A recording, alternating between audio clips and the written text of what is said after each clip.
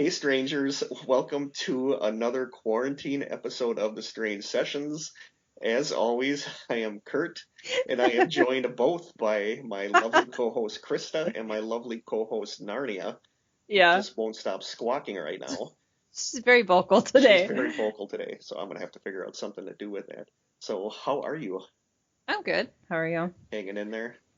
Yeah. I'm going into the office today. That's exciting. Well, It's like the excitement in my world going to the office. that's how I felt going to the studio the other day, even though, Oh, yeah. and I Was got there really, anybody there? no, Was the building empty? yeah, and it felt really creepy in there. I'm sure. So I just went I went in our studio and put the blankets on that Aaron and Nicole gave us and left because it was kind of creepy in there. Yeah. But we got Maybe our next episode 2 weeks from now. I'm gonna have the giggles through the whole episode. Narnie just won't shut up today. Yeah, I love it though. That's because she was sad because nobody heard her in the last episode. She might not even pick her up in this episode. Maybe. It'd be cute if it did though. Yeah. Yeah, maybe in 2 weeks we can meet there.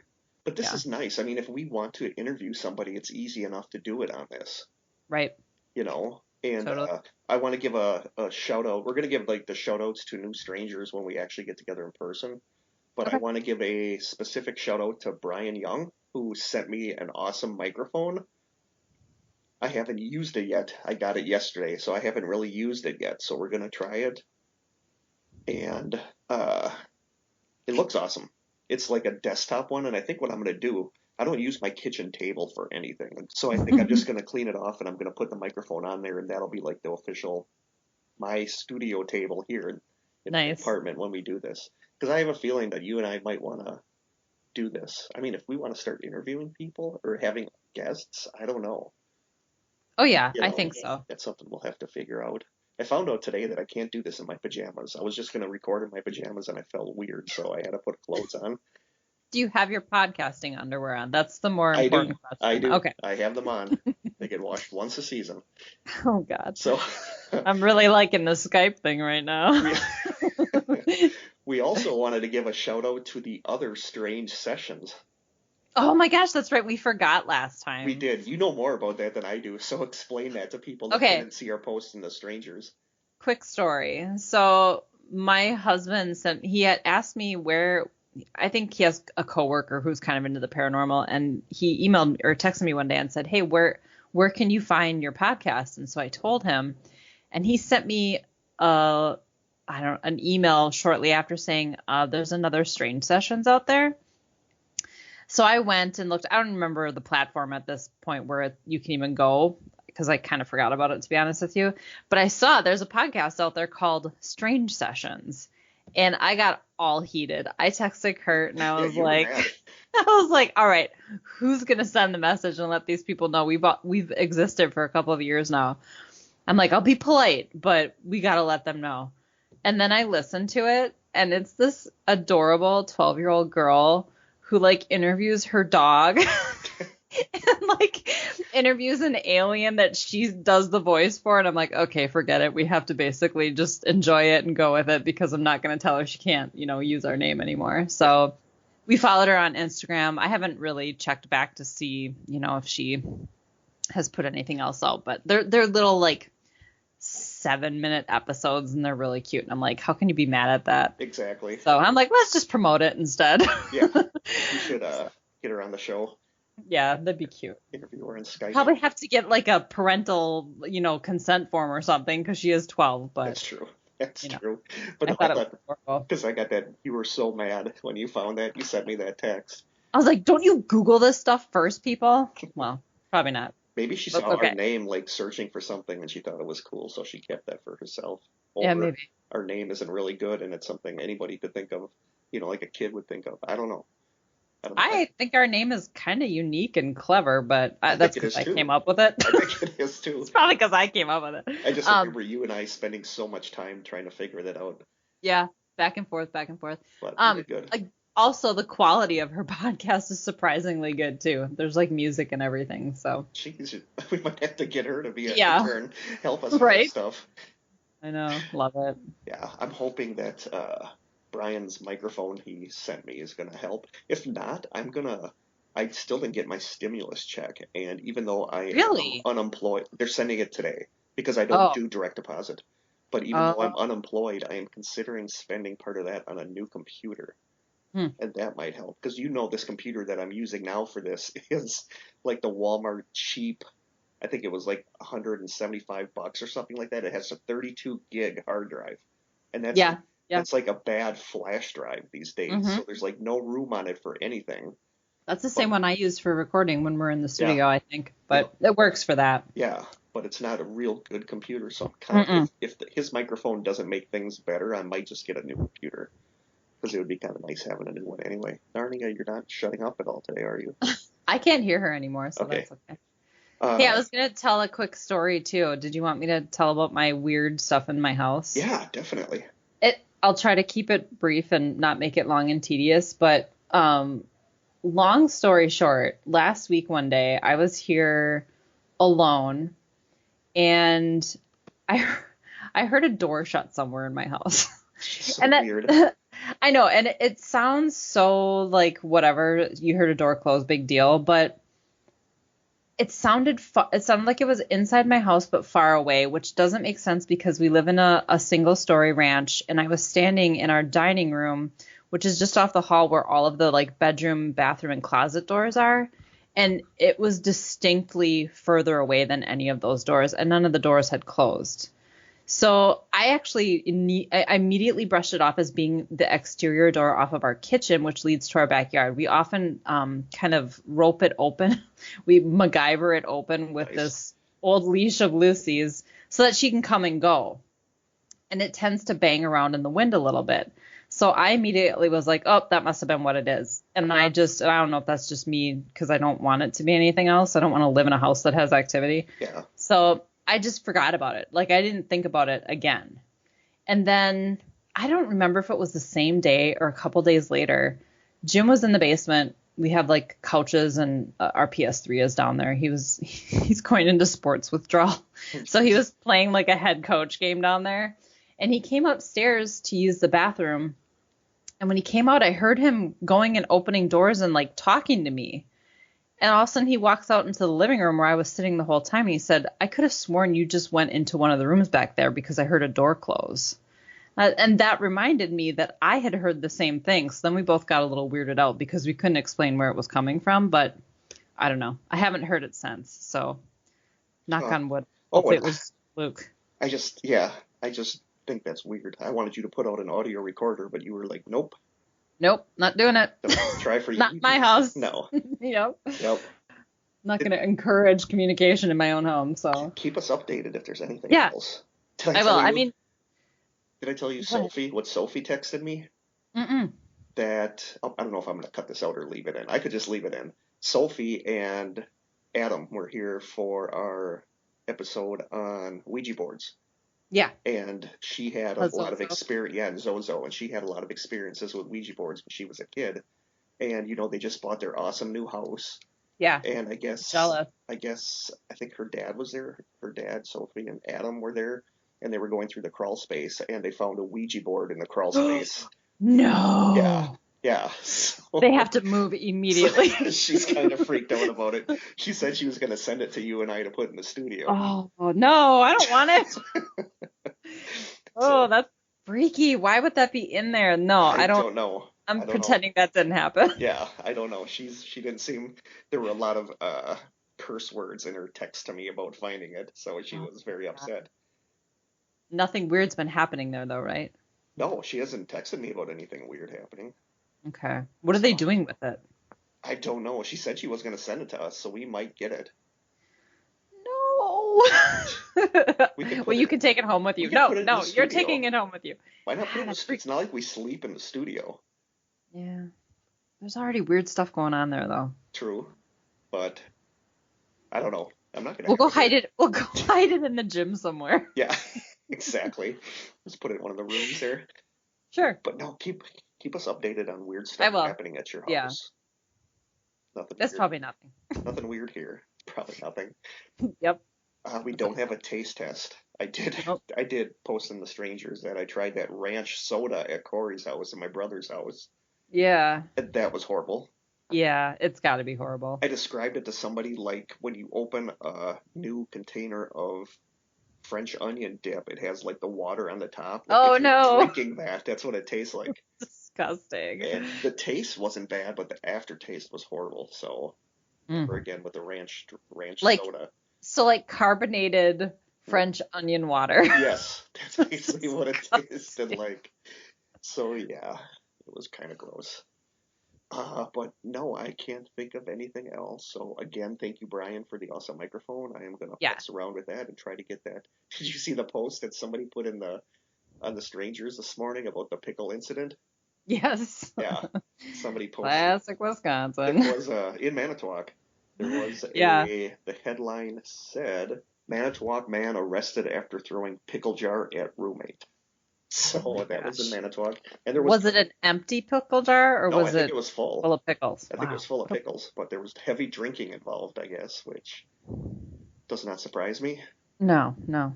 But that was not me. So Jim Was Oliver, it followed by like a jug of Bloody Mary mix? I mean, that I would make don't know if that sense would. at least. It might be old fashioned at Manitowoc. Everybody loves their old fashions. But With yeah, pickles though? I've had them with pickles. It's Really? usually with cherries, but I've had them with Yeah. pickles and olives. Well, But that's Jim Oliver posted that in there, and he said he was glad to see I wasn't involved in that. So that's always good. funny. But I think on to our main story. Yeah, sounds good. Do you know what it is? Oh yeah. You told Okay. me. Okay. Well, I had to think for a second, but you did tell me. it was it's on USOs, unidentified submerged objects. And Yes. originally it was kind of a last minute topic change because originally I was going to do another one. I was going to do a different topic, but then as I started to research it, I realized it might be girthier than a, a a lesser topic. So I want to save that for when we're together in person. Yeah. So I put that on I the think I back. know what you're talking Yep, about. I put that on the back burner. But then I came across a story on Reddit that I got super obsessed with. So I started doing that one, but then I realized that that one is like really true crimey, and we just did Tara Oh, Calico. So I right. didn't want to do two ones like that in a row. So now next one I think we're gonna do the true crimey one. So this one I decided to go with unidentified submerged objects because we haven't done a UFO one for a little while. Nice. So have you heard anything about unidentified submerged objects or anything? I guess it's not something I've looked into a whole lot, but I'm definitely familiar with Yeah, the topic. yeah, it's really interesting. So the main story, USO stands for Unidentified Submerged Object, and these are basically the underwater version of UFOs. These don't get a ton of coverage, but USOs are actually more common than you would think. So as an example, an October 9th, 2019 article in Popular Mechanics called, quote, The Weird History of Unidentified Submerged Objects talks about how former U.S. Navy Commander David Fravor was a guest on the Joe Rogan Experience podcast where he talked about a sighting that a fellow pilot told him about after they were both out of the Navy. According to the article, quote, the eyewitness was based at Naval Station Roosevelt Roads on the island of Puerto Rico. Twice while recovering spent practice munitions out of the water, the pilot spotted a weird underwater object. In the first incident, the pilot saw what he called, quote, a dark mass underwater as he and his team retrieved a flying practice drone. The pilot described the object as a big mass, kind of circular, and he was certain that it wasn't a submarine. In the pilot's second sighting, a practice torpedo that the pilot was sent to recover was, quote, sucked down into the depths of the ocean in the presence of a similar underwater object. The torpedo was never found. Also in the interview, Fravor reveals that a 79-year-old woman contacted him after his sighting went public. The woman explained that her father, a naval officer, was at one time based at the naval station in San Francisco in the 1950s. When she was a child, her father showed her a telegram that stated that unidentified objects had been sighted going in and out of the water at a now forgotten set of coordinates. The woman's father told her, quote, we get these all the time and it's always in the same area. Hmm. The idea that not only are UFOs in the sky above us, but also in the water below us isn't a new one. There have been sightings throughout history of people seeing strange objects in the water. Christopher Columbus saw weird stuff. Really? Yeah. So, I mean, it's not really a new one, but it makes sense that assuming UFOs are real, that they would want to spend time underwater here because so much of the planet is water and it's inaccessible to us basically. Well, it's a perfect hiding spot. Yeah, it is a perfect hiding spot. So it would just make sense that if you were an alien, you would want to do that. People sometimes forget that water covers about 71% of the Earth's surface, which is just crazy to me that so much of the Earth's surface is Hmm. water. The average depth of the oceans is 2.3 miles. The deepest part of the ocean is the Mariana Trench, which is around 7 miles deep. So there's a lot of room out there for stuff. Like we Yeah, and haven't. if they have advanced technology that, they can submerge themselves that deep without any kind of Yeah, and they wouldn't have danger. to worry about us finding them. Right. So there's just so much water. Did I talk about Point Nemo on the podcast? I can't remember. Point Nemo? Point Nemo. Hmm. Like Finding Nemo? Like Finding Nemo, but it's called Point Nemo. Have I talked about it on the I podcast? don't think so. Months ago, I was like weirdly obsessed with a place called Point Nemo. It's a point in the Pacific Ocean that's known also as, quote, the oceanic pole of inaccessibility. It's Hmm. the most remote place on Earth, and it's the farthest place away from land. When you're at Point Nemo, odds are that the nearest human being to you is actually aboard the International Space Station. Oh, that's weird. Yeah, the astronauts. Kind of creepy. It is. The astronauts aboard the space station are usually around 258 miles away from the planet. While you're at Point Nemo, the closest land to you is actually 1,670 miles away. Hmm. So it's this point where there's like you're as far away from humanity as you can possibly get. So that's just I got obsessed with this place and looking at pictures. It's just a spot in the ocean, but it's just nuts to me that that's so far away from everybody. So if you had a UFO, that would be the place to go. Have there been sightings there or any kind of activity there? No, not that I'm aware of. Okay. Although people probably don't spend a whole lot of time out there, but No, no. I mean, interesting. some people go out there just to say they went there, Sure. and sometimes there's boat races that go through there, but for the most part, there's nothing out there. Okay. So there's just so much water, which is just crazy. In 1970, biologist Ivan Sanderson published a book called, quote, Invisible Residents, which detailed sightings of what would later be called Unidentified Submerged Objects, or USOs. The book discusses dozens of instances of unusual water-related sightings, like a 1957 sighting when crew members aboard the Kitsukawa Maru, a Japanese fishing boat, spotted two metallic silvery objects descending from the sky into the sea. The objects, estimated to be about 30 feet long, were witnessed without wings of any kind. As the objects hit the water, they created a violent turbulence. According to an October 2017 article in The Sun called, quote, The Truth is Down There, Mark D'Antonio, an astronomer, researcher, and the chief video analyst for the UFO organization MUFON, said that he was on board a U.S. Navy submarine in the North Atlantic Ocean when he witnessed an unusual situation. In Mark's own words, quote, as a thank you for doing some work for them, the Navy asked me if I wanted to go for a ride in a submarine, so I said yes. Once we got under, I was sitting in the sonar station and the sonar operator was sitting right next to me. Submarines are loud. People think they are very quiet. It's true that they are on the outside because sound doesn't get out. But inside you hear lots of noise, fans, people talking. It's a constant din on a sub. I was sitting there zoning out a little because I was seasick, which I would probably be too, and claustrophobic. Yeah. Oh God, yeah. And all of a sudden, the sonar kid shouts, quote, fast mover, fast mover. And I'm jolted awake thinking, what's happening? Is it a torpedo? The executive officer comes out and the operator shows him the path of the object and the officer says, quote, how fast is that going? And the kid said, several hundred knots.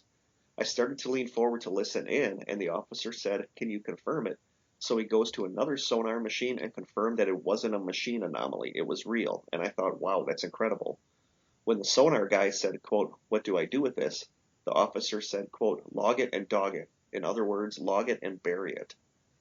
4 years later, Mark said that he was doing some more contract work for the Navy when he spoke to a senior naval officer about what he saw. I asked him, quote, can you tell me anything about the Fast Mover program? He looked at me and said, quote, sorry, Mark, I can't talk about that program. So he basically confirmed to me that there was a program called the Fast Mover Program. What he told me was that USOs are common. We even have a program in place to classify and log and determine the speed of them, and it goes into a vault, and nobody sees it after that. Well, that's interesting. That is, that it's a common thing that they see a lot. So, question. Yep. You said 700 some knots. What is considered like normal? I like don't how really above? know. Yeah, I'm just curious to know, like a normal watercraft. How fast is that compared to what a normal craft could go? So yeah, he said several hundred knots. Several hundred. Okay. Yeah. So I don't know. Sounds like a lot. Yeah, it does sound like a lot. Sounds fast. So it's just crazy to me that they see these things and they see it enough that it's kind of common. Mm-hmm. You know. Common enough that they have like a program and they're all like, oh yeah, we track this and then we bury it. Yeah. So another sighting, according to the website flyingdiscpress.com, says on August 2nd, 1965, the crew of the steamship Raduga in the Red Sea witnessed a 60-meter diameter sphere blast out of the water and hover 150 meters over the Red Sea. Some local fishermen in a motorboat were much closer to the object, and it caused so much turbulence in the water that one of them was thrown from the boat and died. A few months later, 3 of the fishermen died, which people wonder if it could be related to their exposure to the USO. So that's kind of crazy. Yeah, that is. USOs are occasionally witnessed flying in and out of bodies of water that have heavy ice coverings, as if the ice presents no barrier to them. After these reports, large holes have been observed that do not appear to have gone through any violent event, like a ship breaking out through them. You know, so it's weird. It's like, do these craft have some kind of field around them that... Well, that's interesting. Well, because I think that even UFOs that are spotted, in the air, a lot of accounts describe like a field around them. So I think that makes sense. Yeah, it does. And it's just weird. Like, I wish I knew how this works. Because these things go faster underwater than anything should be able to go through underwater. So it's like, are these things, like, not even contacting the water? Is there like some kind of field around it that's repelling the water that it's able to do it? It's just bizarre to me. Yeah, that's an interesting idea, though. Yeah.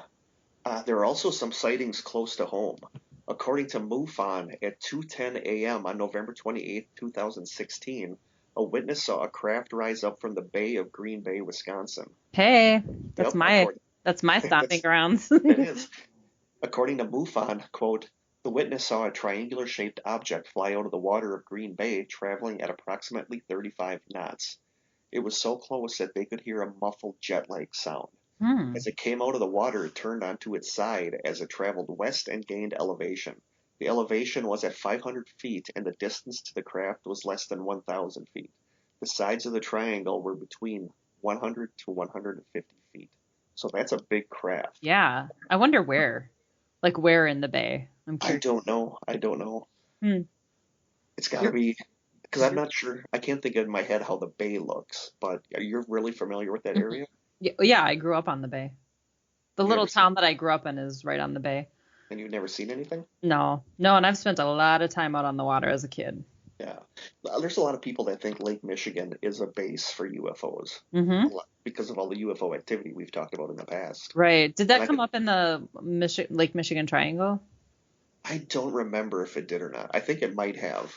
But there's a lot of people that do believe it's a hub for UFOs. Interesting. Well, we both live right on Lake Michigan, and I've never seen anything, but...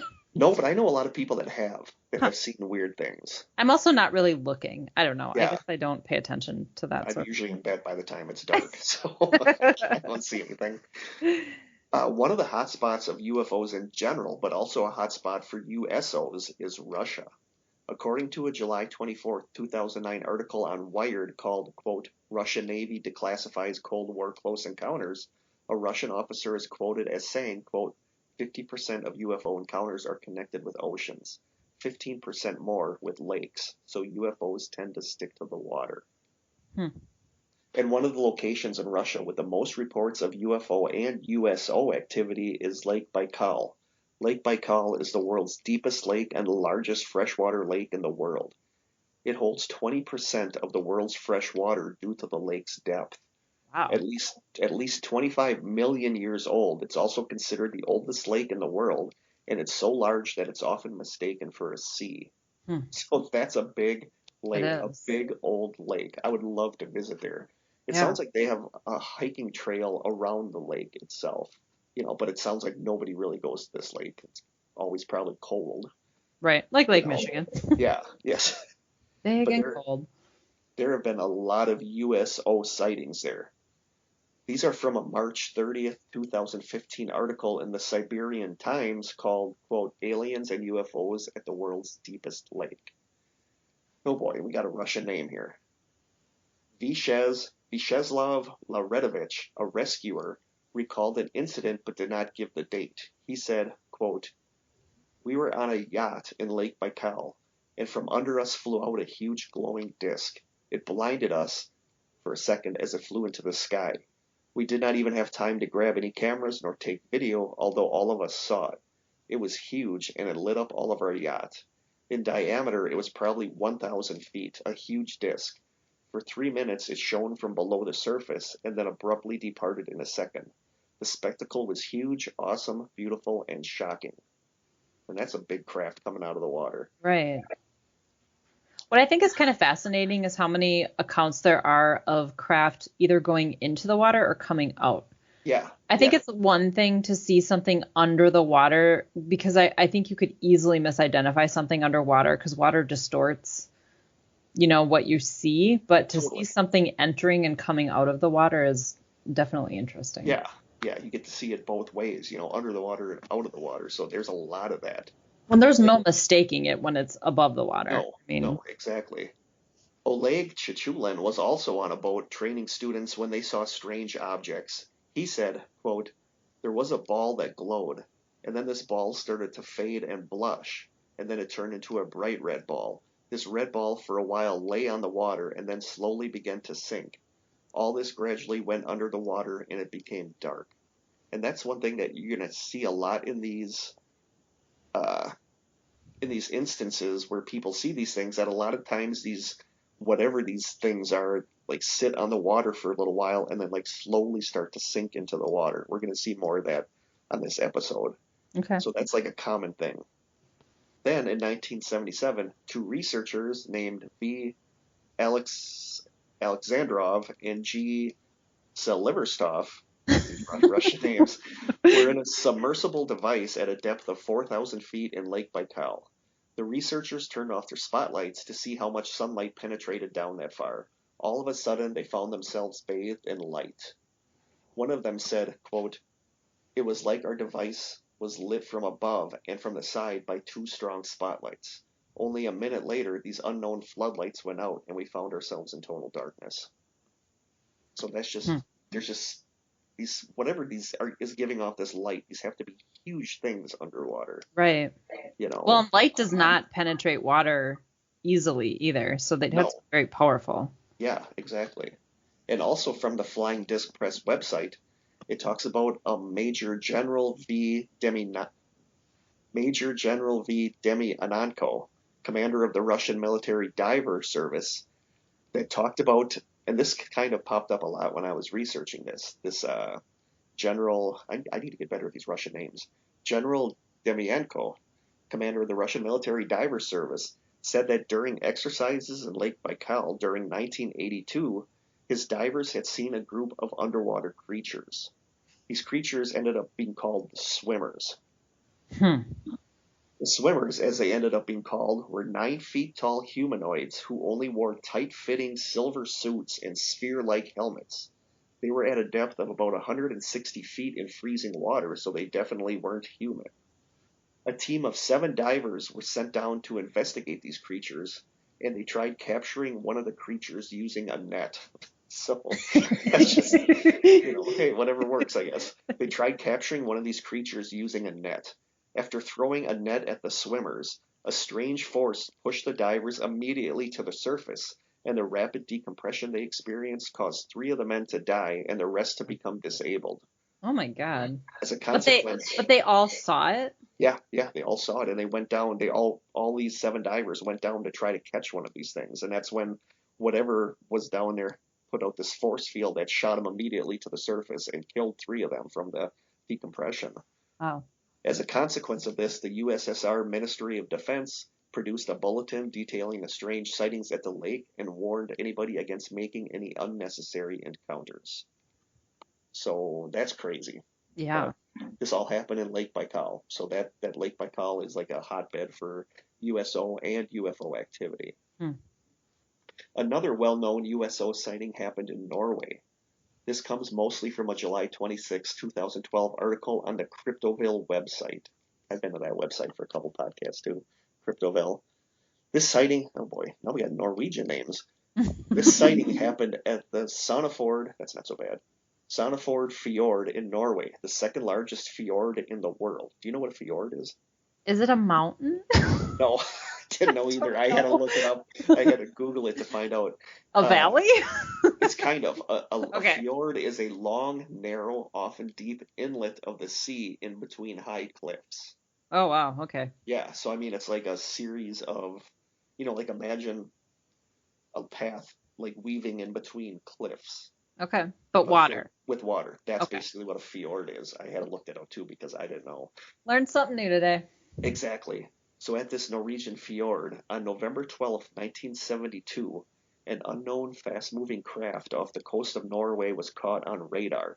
At some point, this craft entered the water of the fjord, where the Norwegian Navy began tracking it and had help from specialized submarine tracking helicopters.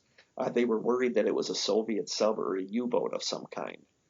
It's not known exactly what data they captured from these days of tracking the object, but on November 20th, a craft was seen headed towards the fjord's southern point, and 15 minutes later, it was seen at the northern point. It was estimated that if it was the same object, it was traveling at over 120 miles an hour, which couldn't be done at that time. Wow. Then, on the night of the 21st, witnesses saw 4 rocket-like objects shoot out from the water, saying that they looked like small red balls of light. The next day, on the afternoon of the 22nd, the Navy fired an anti-submarine missile which should have brought anything within 10 miles of their location up to the surface, but nothing came up. So they're tracking this thing moving in the water, but nothing they're doing is having any effect on it. So when did this happen? 1972, November. Okay, but it was in an article you saw in 2000. I saw this a couple different times. Okay. So they're trying to get this. They're convinced it's a Russian submarine. Mm-hmm. But they sent off this anti-submarine missile, which should have brought anything within 10 miles up to the surface, but nothing came up. Then, on November 27th, the craft surfaced. Witnesses described it as a, quote, massive, silent, torpedo-shaped craft. It just sat on the surface of the water until the Navy fired at it, and then it submerged again. So at this point, the Navy decided to block off all the available exits and entrances to the fjord, trapping the craft inside the fjord. So they looked for all the entrances and exits and had their submarines and their military and all these people blocking those off. So they continued to search around with the exits barricaded, but nothing was found. It was like the craft just disappeared. So it's believed that it flew out of the water at some point and flew away because nothing was ever found. Maybe there's like underwater caves or something too. Oh, it's very possible, but that's freaky. But this does not sound like anything that we have. No, especially back then. Yeah. So now we get to probably one of the most famous USO sightings and famous UFO sightings, and that is the Shag Harbor incident. And the Shag Harbor incident is often called Canada's Roswell. And this is one that I've seen on a lot of UFO on TV shows and stuff like that. So the Shag Harbor incident. I always get a kick out of the word shag ever since. Yeah, exactly. So from a December 13th, 2019 article on Mysterious Universe called, quote, The Mystery of the Shag Harbor Incident, the article says, on the evening of October 4th, 1967, something strange happened in Shag Harbor, a small fishing village in Nova Scotia. At 11:20 p.m., at least 11 witnesses, including off-duty police officers, fishermen, pilots, and a group of teenagers, saw a group of strange lights in the sky. Town resident Lori Wickens was a teenager at the time, and she says of that night, quote, "We see 4 lights in the sky and over the land here. We thought it was a plane and never paid it no attention, more or less just watching lights go on and off. There was 4 lights in a row, and they were going on and off. One would come on, then 2, 3, and 4. They'd all be off for a second and then come back on again." So at the time, witnesses assumed that this grouping was some kind of super large aircraft. This reminds me of the Phoenix Lights a little bit. Yeah, it does, with the lights going on and off like they are. A man named Ralph Lowinger was a co-piloting a cargo plane from New York to London that night, and he said, quote, "I just happened to be looking in the right direction, and I saw this formation of bluish-white lights, slanted from upper left to lower right, and I said, ooh, watch this guy. The other 2 in the cockpit looked. I remember the captain's hands and my hands both going for the control yoke because we figured we were going to have to dodge this guy. And it looked like a big airplane at the time, like a huge B-52 or 707 with all of its lights on. There were about 5 lights, I remember. He was in a position relative to us of a guy making a left-hand turn, and that would have had him crossing our bow. So we were waiting, and these lights just hung there. They didn't cross our bow. And I remembered the 3 of us were looking at it like, what is this thing? And we couldn't discern what it was. I called Boston and asked if they still had us on radar, and he said, yeah. And I said, well, who is this at our 11 o'clock?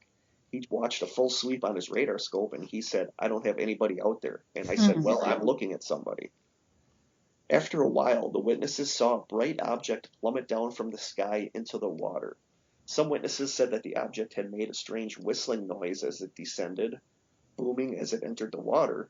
Other witnesses say that the object seemed to stop and hover for a second before entering the water, while other witnesses reported that the object seemed to flash a sequence of lights before it entered the water. So there's a lot of stuff going on here as this object enters the water. Yeah.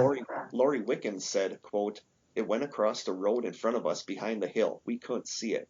We made it to the top of the hill and saw that there was a light in the water.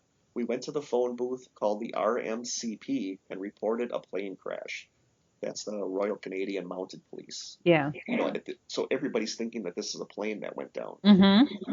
At that point, witnesses gathered on the shore to watch what they described as a glowing orange sphere about the size of a bus, bobbing on the waves and making hissing noises about a quarter of a mile from shore, leaving a trail of bubbling yellow foam that witnesses watched for nearly an hour before the object quietly and soundlessly went under the water. At this point, everyone believed that what they had seen was an airplane, so fearing that a plane had crashed into the water, shortly after the light disappeared and in the days following the incident, Royal Canadian Mounted Police, the Canadian Coast Guard, the Royal Canadian Navy, and local fishing boats all searched the area for survivors or debris, but no trace of anything was ever found. That's crazy to have so many witnesses. Yeah, yep. See and this thing. To never find any trace of it. Nope. Captain Ron Newell was a skipper above a Coast Guard cutter that was out searching that night. He said they mobilized within 10 minutes of receiving a call from the Rescue Coordination Center in Halifax that a plane had crashed. Captain Newell said, quote, "We searched that night on the ocean pretty much the whole rest of the night, but we didn't see anything. We were back the next morning. We brought divers down for 2 days at that time, and they didn't bring up anything that we saw, so I can't tell you anything more than that. I'm not saying that it wasn't a UFO, but it's just that we didn't see anything. Other than the foam that was still on the water, that was the only thing we saw." So there's this weird yellow foam that's still on the water from whatever this thing was that crashed into the water. It's funny for them to say we're not saying it wasn't a UFO. Yeah. Well, if you couldn't identify it, it was a UFO. Yeah, exactly. It doesn't mean it was an alien craft, but it was a UFO at the very least. Exactly. 2 days after the crash, the Rescue Coordination Center had assembled a team of Navy divers who for the next 3 days combed the bottom of the harbor looking for the object. One local fisherman said that he saw them bringing up aluminum-colored metal, although it was unclear if this had been actual crash debris. The final report said that not a trace of the crash object had been found. According to a September 21st, 2017 article in the National Post called, quote, "We saw something, something came down, the Shag Harbor UFO sighting 50 years later," UFO researcher Chris Stiles came across a ton of official documents, including military, government, and police records, making the Shag Harbor incident one of Canada's best documented UFO sightings and pretty much one of the best documented UFO sightings in history. So there were a ton of files about this, I guess. According to the article, in his 2001 book called Dark Object, Stiles said he eventually interviewed military leaders and members of the Navy's Fleet Diving Unit who told him the orange orb spotted in Shag Harbor had submerged under its own power and had traveled to a spot on the seabed off of Shelburne. At the time, the Shelburne area was the location for a top-secret U.S. military base disguised as an oceanographic. At the time, the area was the location for a top-secret U.S. military base that was disguised as an oceanographic. I cannot say that word. Disguised as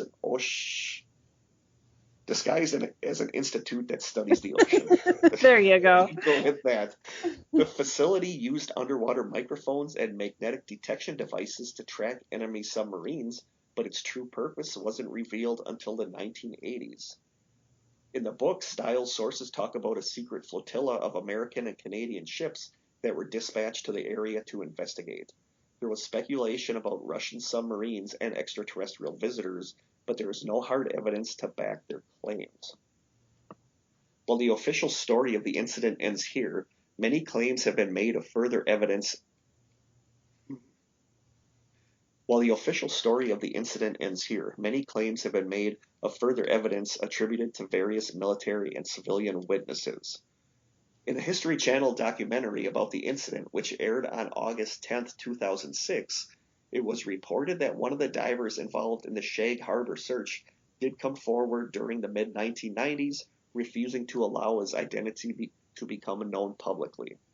Once the researchers verified that the man in fact had served as a diver during that search, he stated his version of what happened at Shag Harbor. According to the diver, by the time they reached Shag Harbor, they already knew that nothing would be found there because the object had already been located off the coast at Shelburne. By this time, according to a military witness, a similar unknown object had entered the water and made its way to the first object, apparently attempting to assist it.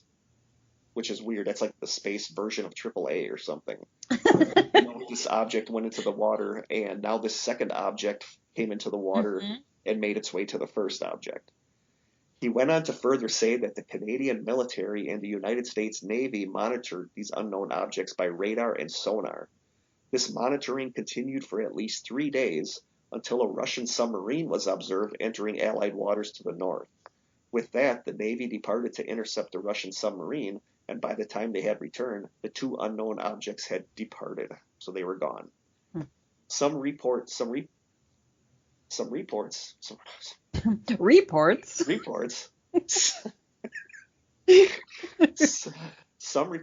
that both objects were witnessed leaving the water together and heading into the sky. The naval search was called off on October 11th. That night, a seemingly identical UFO was reported departing the area by witnesses near the original Shag Harbor crash site. So that's the Shag Harbor incident. Wow. It's just, a lot of the second part that we talked about, like the second object entering the water and going to the first object, a lot of that, it comes from other sources. That's not like actual... The mass sighting or whatever. Yeah, it's not from the actual mass sighting. But even still, what happened with the actual mass sighting? Something landed on the water. That there Obviously. Were witnesses saw this thing on the water that slowly sunk below the water, and divers could not find any trace of this object. Well, the fact that it was significant enough to prompt like a search and rescue effort is kind of a big deal. Yeah, it is. But I mean, they assumed it was an airplane that crashed, but it wasn't. They tracked every airplane that was around that time, and nothing crashed. There were no crashes, no missing planes. Yep. So I don't know. These people in the military claim that this object made its way to this other area, and this second object came in and assisted that object, and they both left together. Can you manually turn off like the signal that would make you show up on radar? If you're a UFO, I'm assuming you No, I can. just mean a plane. Like if you're a pilot in a I plane. believe so because I think that came up somewhere recently. I don't remember if that was another podcast we did or somewhere, but it came up that you can shut off that. Okay. I believe. I'm just I curious. I don't know for sure. That's something if any of our listeners know, let us know because I don't really know that myself either. Because are they pinging off the craft itself or are they pinging off a signal from I think inside it's the a craft? signal, but I don't know. But like radar, I'm assuming detects the craft itself, doesn't it? I don't know, because how do you fly below radar then? Isn't that a thing? I think the radar only goes so far that you can fly underneath the radar. Oh. I don't know. If any of our Yeah, listeners, someone educate us. if any of our listeners know, please let us know. But the Shag Harbor one is a big deal. I've seen a lot of shows about that and a lot of YouTube videos about that. And the fact that so many people saw this, and like you said, this craft or whatever it is sounded like the Phoenix Lights. It sounded almost exactly like, Yeah. nobody called it a triangular craft, but it did sound like one of those triangular crafts. hmm Just like the aspects of the sighting itself it reminds me of the Phoenix Lights. Yeah, That it hovered there for a while, lights were turning on and off, that multiple people saw it over a long period of time. yeah. Yeah, I mean, it was hours that it took this light to sink below the surface, and then hmm they couldn't find it, which is just bizarre to me. Or did they find it and just did not say? Bury it. Maybe it was some kind of military, Yeah, it could be. experimental craft. I don't know. But that's basically all I have for USOs. Hmm. I mean, there's a lot of, oh, and I came across this fact, which I thought was interesting while I was doing my research. On a segment on ABC News on January 8th, 2020, the National UFO Reporting Center, which tracks calls and messages from people around the US and Canada about strange sightings in the sky, reported that it received 5,971 sightings in 2019, Wow. which is a huge jump from 2018 when it was 3,395. So a lot more people saw UFOs last year. Yeah. Hmm. And the three states that top the rankings for the most UFO sightings, number 3 is Washington State, number 2 is Florida, and number 1 is California. Hmm. And all three of those are bordered by Yeah. water. Right. So maybe there is some kind of connection between UFOs and water. It just makes sense to me that if UFOs exist and you wanted to have a base here away Yeah. from Right. prying eyes, you would do it in the ocean. Well, and I also think most species need water to exist. I don't Yeah. know if aliens do, but most civilizations are built around some kind of water. So Yep. it makes sense. And I believe going back to that first guy I talked about, that the one who was interviewed on the Joe Rogan podcast, it sounds like he's talking about seeing things by Southern California, and that's where there are a ton of water-related UFO sightings by Catalina Island in that area, and I think that's where those videos that were just put out by the military Oh, and really? from Tom DeLonge's group, Yeah. the ones that they call Tic Tacs, those Yes. like Those are like so cool. I believe that happened down by Catalina Island by Southern California. So there are a ton of UFO sightings in that area of the water. Hmm. So yeah, it's just that's all I got for this. But it's just fascinating to me to think of the possibility that these things are in the lakes, are in the oceans. There's like I said, there's a lot of people that believe Lake Michigan itself has a base, a UFO base in the middle of it. And It who really would creeps me out. Just the idea that if you're out on a boat, you don't know what's under know you. something could come up rising up out Yeah. of the water? That's really freaky. Yeah, it is. I mean, I've always loved the idea of USOs, but it's one thing to think about them coming from another planet, but it's another thing to think of them being here, like in the water near us. And potentially have been here for like a few thousand years. Yep. But if you look at a lot of like UFO reports from MUFON and from people around the state and stuff, you see a lot of things like people seeing UFOs over the lakes. There's a lot of things over Yeah. the lakes, which kind hmm of fascinates me that, maybe this is a thing. Mm-hmm. There's a lot of YouTube videos that talk about USOs. These are the three that come up a lot. I was always kind of surprised that Shag Harbor comes up a lot in this, because to me that's not really a USO, Only because it ends up in the only water, I because it ends guess. up in the water and then up supposedly travels under the water to a different location. Mm-hmm. But it just makes sense that if you're able to fly here through space, that you should be able to go into the water, Yeah. and who's gonna notice you down there that far? I don't know how much. I don't know, like Lake Michigan. Do people know what's on the floor of Lake Michigan up and down the lake? I don't know. Right. I mean, it's a huge lake. I'm assuming I see divers down. There's Like, shipwrecks all over. yeah, there's shipwrecks all over, and I do see diving boats out on the lake sometimes when I'm driving on Memorial Drive. Mm-hmm. So there's divers out there, but the lake is huge. Yeah.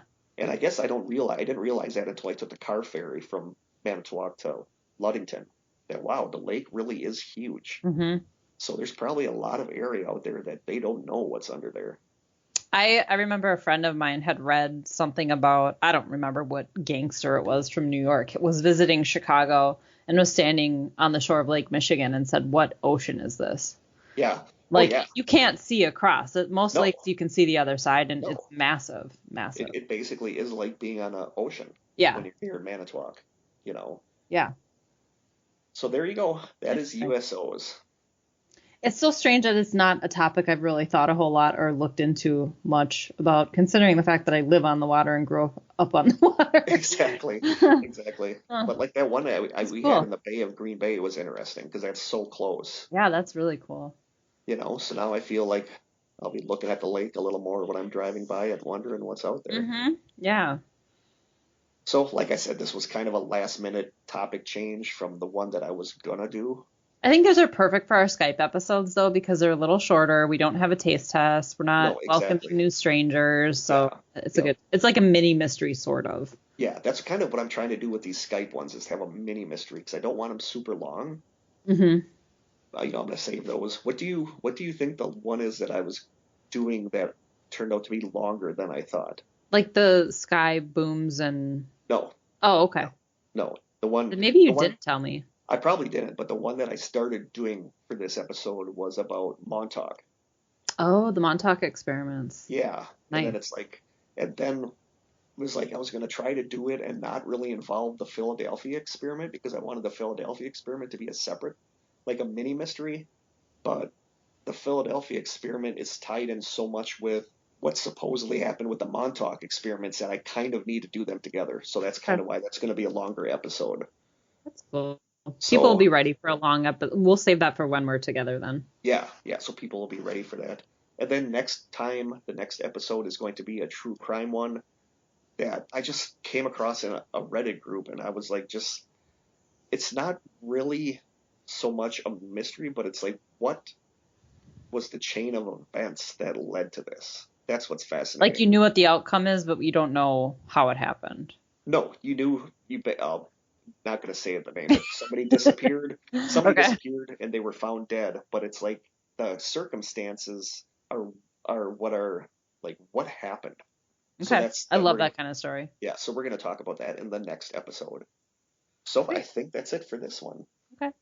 I know we've had a couple of people on both Instagram and Facebook make suggestions about topics. So yeah, I have my handy dandy little book that I'm writing down. That's all my topic lists, and when I'm on Reddit, because I'm like addicted to Reddit now. Like all the. It's a rabbit hole. It is a rabbit hole, so I'm addicted to Reddit. So anytime I come across something that I think sounds interesting, I jot it down in the topic book. So we might not run out of topics. We're not ever going to run out of topics. People are always going to go missing, so there's that. But yeah. Yeah. You don't want it to turn into a true crime podcast, though. No, but I feel like we're gradually becoming that, because I feel like we're running out of ghost stuff. Like there's only so much ghost stuff I feel like you can talk about. I don't know. I feel like we're always going to have a story that something some interesting tidbit that happened. I feel like when we started the podcast, we were like narrowing in on ghosts and paranormal, and I feel like now we're kind of expanding to anything that's like strange to us, like mysterious. But I think that's good though. I mean, Yeah, our I think it podcast is the Strange Sessions. It's not necessarily just about the paranormal. Yeah. All Sometimes things strange. I think there's people that kind of wanted it to be strictly paranormal, and then they get kind of teed off when we start going into conspiracy theories and stuff. That's just too bad. They're just gonna have to deal with it. Krista tells it like it is. Yeah. Our podcast. We'll do what That's we right. want. That's right. I want to spend it talking about 14th century art. I can do that. Well, might be a little boring for me, but whatever. we'll make it interesting.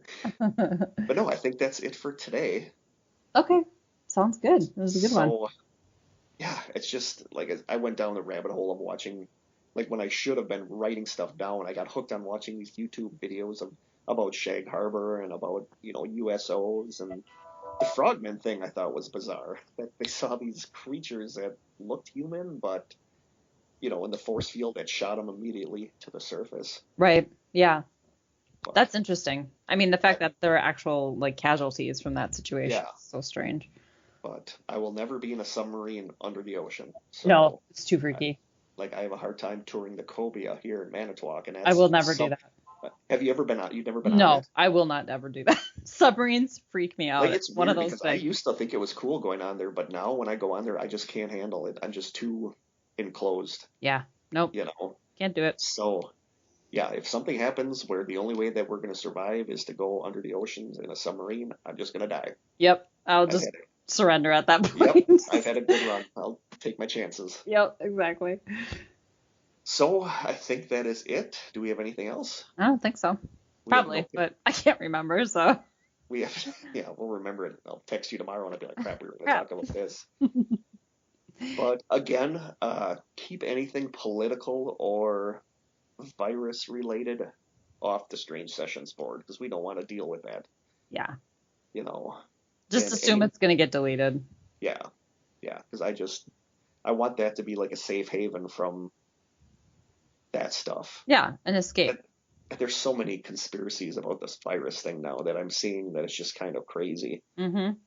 We'll get to those eventually. Yeah, I'm going to admit, I think stuff doesn't make sense to me, but we're not going to talk about that now. We'll talk about that in the future. Yeah. Assuming that there is a future. Do you see all this stuff that people are saying people are comparing this to the biblical end times, because there's the plague and now there's these murder hornets that they're saying that these are like the locusts that people are saying that we are in the biblical end times right now. No, I haven't been paying attention to that. No, so that's the last thing I need to worry about right now. Exactly. But it's just crazy. It is. Yeah, we'll get to those more at some point in the future when it's not current anymore. Right.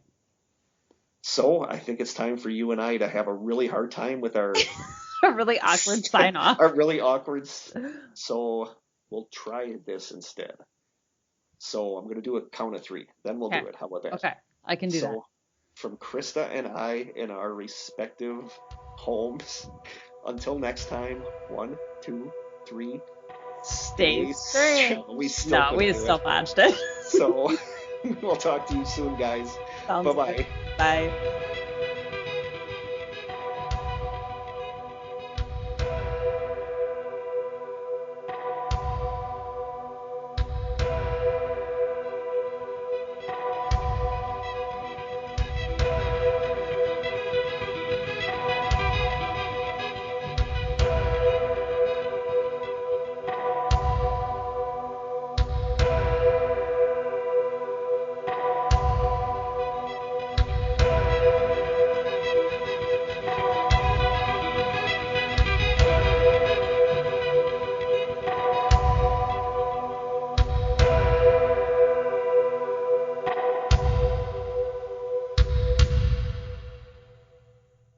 So, you ready?